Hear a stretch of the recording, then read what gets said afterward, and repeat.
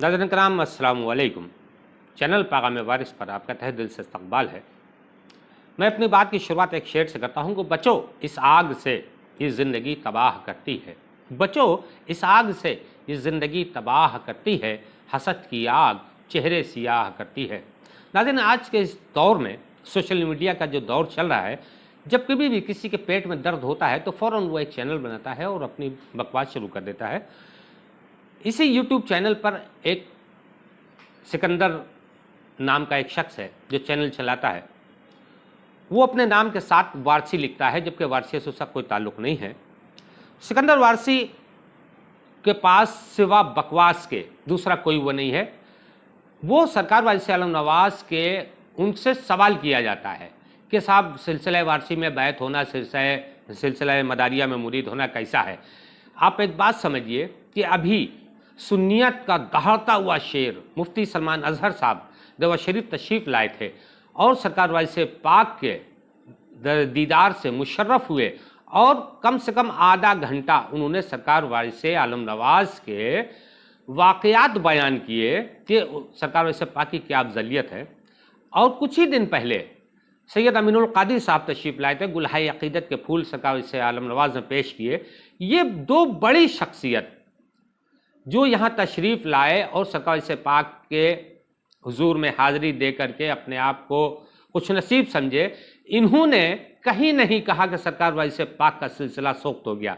लेकिन ये सिकंदर नामी शख्स जो अपने नाम के आगे वारसी लगाता है, वो सिर्फ और सिर्फ टीआरपी कमाने के लिए, इसकी नज़र में सरकार वारिस आलम नवाज़ और मदार शाह साहब का सिलसिला सोख्त हो गया। दरअसल जिनकी नस्ल सोख्त हो गई है वो दीगर सलासिल पर उंगली उठाते हैं। आइए मैं इनकी हकीकत बताता हूँ, इनका टेस्ट क्या है और उस पर ये जुल्म। क्या सैयद रिजवान वारसी आलिम है जो मैं उनकी बात को मान लूँ? अरे मेरा भैया, मैं कब कह रहा हूँ कि आप मेरी बात को मानिए, लेकिन मैं निस्बत की गली का वो दीवाना हूँ जो अपने पीर वारिस कुल की गली के कुत्ते की तौहीन बर्दाश्त नहीं कर सकता। मेरा पीर तो फिर शहंशाह है।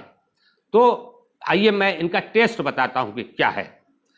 क्या साली के साथ जिना करने से निकाह टूट जाता है? मान के चलिए एक लम्हा हम कहते हैं किसी से कोई गलती हो गई, वो अगर आलिम दीन के पास जा करके सवाल करे और पोशीदा रहे तो ये मंजरे आम पर लाने वाली चीज़ का मतलब है बेहयाई और दूसरे को फहश बातों के लिए उकसाना कि साहब जिना कर लो, ऐसा हो जाएगा। इनका टेस्ट बता रहा हूँ सिकंदर साहब का। क्या साली के साथ जिना करने से निकाह टूट जाता है? बीवी का दूध पीने से निकाह टूट जाता है? जिना के रोजे की हालत में क्या बीवी के साथ क्या क्या कर सकते हैं?